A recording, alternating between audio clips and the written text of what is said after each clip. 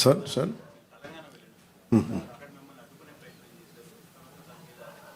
Yeah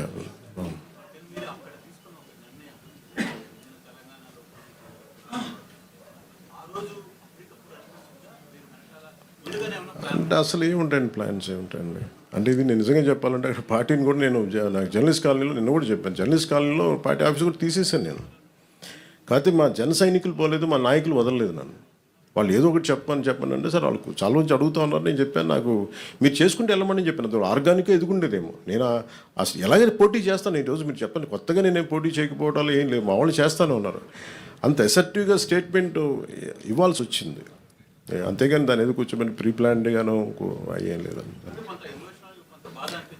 emotional ఏముంటుందండి పాలిటిక్స్లో ఒక 2 దశాబ్దాలు తిట్టించుకున్న తర్వాత ఎమోషన్స్ ఏముంటాయి ఇష్టారాజ్యంగా తిడతా ఉంటే ఇంకా భరించడం అనేది ఒక అలవాటు అయిపోయింది అందరికీ నాకైతే అలా అలవాటు అయిపోయింది అంతేగాని ఎమోషన్స్ ఏముండవు కాకపోతే ఏమవుతుందంటే సో మీరు ఏ వాదనైనా పెట్టుకున్నాం ఇబ్బంది లేదు భారతదేశ సమగ్రతను బలహీనపరిచే ఏ విధానాలైనా సరే మేము చాలా బలంగా ఎదుర్కొంటాం అది వ్యక్తి చేయనివ్వండి అంతేగాని కొద్దిమంది వ్యక్తులు చేసేదాన్ని మేము అలాగే సమాధానం చెప్తాం దీనికి ప్రత్యేకించి నాకు తెలంగాణ మీద అపారమైన ప్రేమ నాకు తెలంగాణ మీద అంతేగాని దానికి నేను అది కూడా చెప్పాను కదా మేము ఇక్కడ 10 సంవత్సరాలు కష్టపడితే ఈ రోజున ఇంతమంది ఎమ్మెల్యేలు వచ్చాం అలాంటిది చెప్పాను మా వాళ్ళు పని చేస్తారని చెప్పాను తెలంగాణ కోసం దాని అంతమించి సార్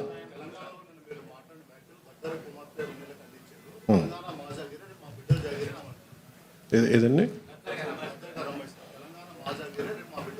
అది ఎవరికి మాట్లాడాను అది తెలంగాణ ప్రజలను ఉద్దేశించి కాదు కదా తెలంగాణ 100% భూమిపుత్రులు జాగిరే కదా దాన్ని ఎవడు కాదన్నారు నేను అది కాదన్నా నన్ను అడుగు పెట్టనివ్వనన్నారు తెలంగాణ భారతదేశంలో అంతర్భాగం కదా నువ్వు రాకూడదు ఇక్కడ హాస్పిటల్ ఆపరేషన్ చేయించుకుంటూ ఒక్కళ్ళు మాట్లాడచ్చు 10 మంది మాట్లాడచ్చు కానీ గద్దర్ గారు ఎప్పుడు ఇలా మాట్లాడలేదు మా అజయ్ కుమార్ గద్దర్ గారి శిష్యులే కదా ఆయన ఉస్మానియాలో చదువుకున్న వ్యక్తే కదా రాడికల్ మూమెంట్స్లో తిరిగిన వ్యక్తే కదా ఆయన ఇది మేబీ వాళ్ళు ఏదైనా చూడకుండా ఏదైనా పొరపాటు అని ఉన్నారు నాకు వాళ్ళు బాగా తెలుసు కదా వాళ్ళ కుటుంబం కూడా అది సరిగ్గా అర్థం చేసుకుని లేకుండా మాట్లాడుతుండొచ్చు అంతకుమించి ఇంకేమన్నా వాళ్ళంటే నాకు అందరికీ చాలా ఇష్టం నాకు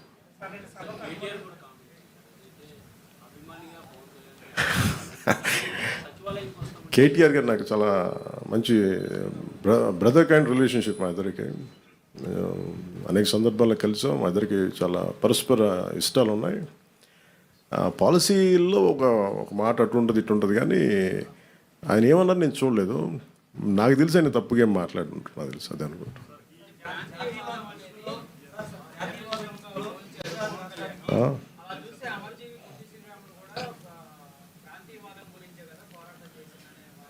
అంటే మనం ప్రత్యేక రాష్ట్రం కోరుకోవటం వేరు ఇప్పుడు అమర్జీ పొట్టి శ్రీరాములు గారు ప్రత్యేక రాష్ట్రం కోరుకున్నారు తెలుగు ప్రజలు కావచ్చు ఆంధ్ర ప్రాంత ప్రజలు కావచ్చు దాన్ని ఆయన త్యాగం చేశారు అంతే ఆయన కూర్చోబెట్టి గొడవ పెట్టలేదు తెలుగు వాళ్ళందరికీ రాష్ట్రం కావాలని కోరుకోవటం వేరు కానీ ఎక్కడ మిగతా వాళ్ళు రాకూడదు అసలు అలాంటి దూషణ ఎక్కడ చేయలేదు ఇది నేను అంటుంది ఏంటంటే ఇట్స్ నాట్ అబౌట్ ఒక తెలంగాణ గురించో ఒక ఆంధ్ర గురించో కాదు మీరు వెళ్ళే కొద్దీ విభజించుకుంటా వెళ్ళిపోతే ఈ విభజన ఒక భూమికి మీరు సరిహద్దు వేయగలరు కానీ మనసుల్లో వేసే ఈ విభజన ఈ వేర్పాటు చాలా కనిపించవు చాలా లోతుకి వెళ్ళిపోతాయి భవిష్యత్తులో మనం అద్భుతమైన అభివృద్ధి ఇవ్వలేకపోవచ్చు కానీ మన కనీస ధర్మం ద్వేషం ఇవ్వైతే ఇవ్వకూడదు కదా సమాజానికి అంతకుమించి తప్ప అంటే ఆయన్ని కూడా నాకు తెలిసి ఆయన ఒక రైట్ పర్స్పెక్టివ్లో అని ఉంటారు కానీ ఒకసారి నాకు పూర్తి నేను చెప్పింది చూస్తుంటే నాకు అలా ఉండేది కాదేమో అది మేము ఎప్పుడైనా కూర్చున్నప్పుడు సరదాగా మేము మాట్లాడుకుంటాం దట్స్ నాట్ ఎట్ ఆల్ విషయం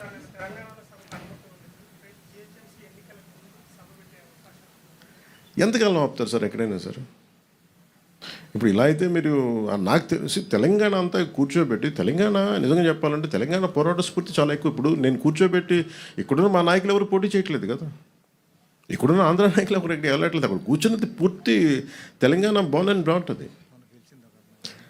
పూర్తి నేలబిడ్డలు అక్కడ భూమిపుత్రులు వాళ్ళు పోటీ చేస్తారంటే ఆపేది ఎవరండి? వాళ్ళు సభ పెట్టుకుంటారంటే ఆపేది ఎవరు? ఎంతకాలం ఆపగలరు? ఇస్ ఇట్ యాంటీ కాన్స్టిట్యూషనల్ కదా. ఈవెన్ తెలంగాణ పోలీసు కూడా అదే చెప్తారు కదా, ఒకరోజు ఆపగలరు, 2 రోజులు ఆపగలరు, కానీ అన్నా తెలుసు ఎక్కడ ఆప్ చేయలేరు, జరగదు కూడా.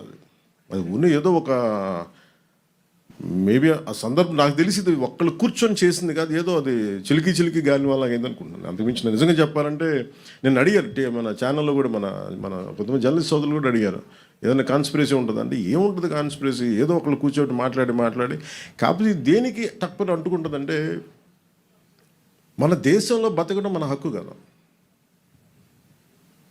మన హక్కుని ఇప్పుడు నేను కూర్చోబెట్టి ఈరోజు ఆర్టికల్ 370 రద్దంటే నువ్వు కూర్చోబెట్టి కాశ్మీరీ పండితులు మీరు ఇక్కడి నుంచి వెళ్ళిపోండి అంటే అవన్నీ ఎటు తిరిగినాయి, ఎటు వచ్చినాయి? అలాంటి కొద్దిమంది మాట్లాడటం దేశానికి శ్రేయస్కరం కాదు. నాకేదో జరుగుద్దని కాదు, నాకేం జరుగుద్ది, నాకు దాని గురించి అసలు ఇబ్బంది లేదు. ద్వేషం, విద్వేషాలకి ద్వేషాలకే ఒక ముగింపు పలకాలనే కదండి. విద్యార్థులు ఏం ద్వేషం ఉంటుంది, యువతలో ఏం ద్వేషం ఉంటుంది. ఇప్పుడు ఇందాక కలిసినప్పుడు వాళ్ళు కూర్చోబెట్టి ఇద్దరు భార్యాభర్తలు ఇద్దరు, ఒకళ్ళు నల్గొండ నుంచి, ఇంకొకళ్ళు ఇక్కడే మన గుంటూరు నుంచి, బాంధవ్యాలు ఉంటాయి, వ్యాపారాలు. నేను అది కూడా చెప్పాను. ఆంధ్రాకి వచ్చి ఎంతమంది 2014 నుంచి 24 దాకా, ఇప్పుడు నాకు తెలియదు కానీ నా కాంట్రాక్ట్స్ నేను చూడను, కానీ 14 నుంచి 24 దాకా ఎంతమంది తెలంగాణ కాంట్రాక్టర్స్ ఇక్కడ కాంట్రాక్టులు తీసుకున్నారు? అలాగే తెలంగాణలో ఎంతమంది ఆంధ్ర కాంట్రాక్టర్స్ అక్కడ కాంట్రాక్టులు చేశారు? నేనేమంటున్నానంటే ఇవన్నీ మీరు జరుగుతున్నప్పుడు ప్రజల మధ్య ద్వేషం దేనికని అవి తీసుకురాకండి. అంత ఒక కైండ్ ఆఫ్ రిక్వెస్ట్ అది సార్. నాకు నిజంగా తెలియదు సార్, ప్రాబ్లం నేను నిజంగా చెప్తాను కదా, నాకు మా వాళ్ళు పోరు పెడితే వెళ్ళాను సార్. నేను మా వాళ్ళు 12 సంవత్సరాల నుంచి అడుగుతున్నారు.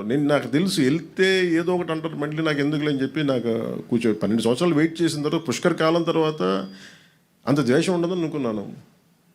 మా వాళ్ళని అడిగితే ప్రేమగా వెళ్ళాను. దానికి నాకు నిజంగా సభకి అనుమతి ఇచ్చింటే చాలా ఈజీగా చిన్నగా అయిపోయేదేమో, నాకు అదే అనిపిస్తుంది.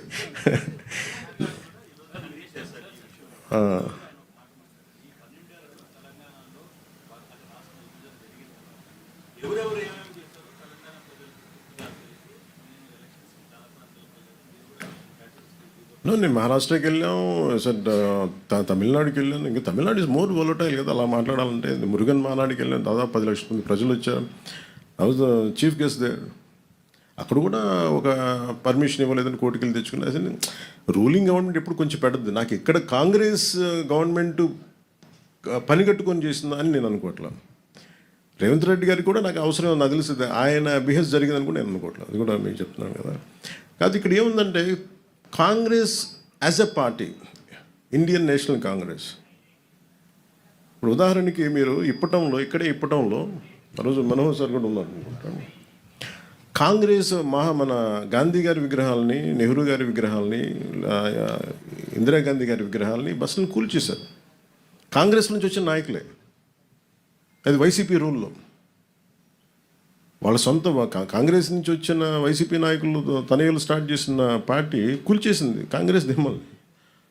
వాళ్ళు మాతృ సంస్థ నుంచి వచ్చి అలాంటి దానికోసం మేము కదా కూర్చోబెట్టి మాట్లాడి హైలైట్ చేస్తున్నారు రోజున. సో మాకు కాంగ్రెస్ ప్రాబ్లం ఏమొచ్చిందంటే they have become too convenient. Especially Indian National Congress ఢిల్లీలో కూర్చున్న either it could be mister Rahul Gandhi or mister Kharge garu కావచ్చు, ఆర్ మిస్ ప్రియాంక గాంధీ గారు కావచ్చు.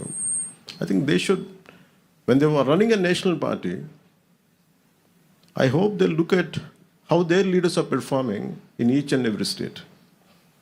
When you want to have a national integrity, when you can go to Wayanad and you can compete, you can contest,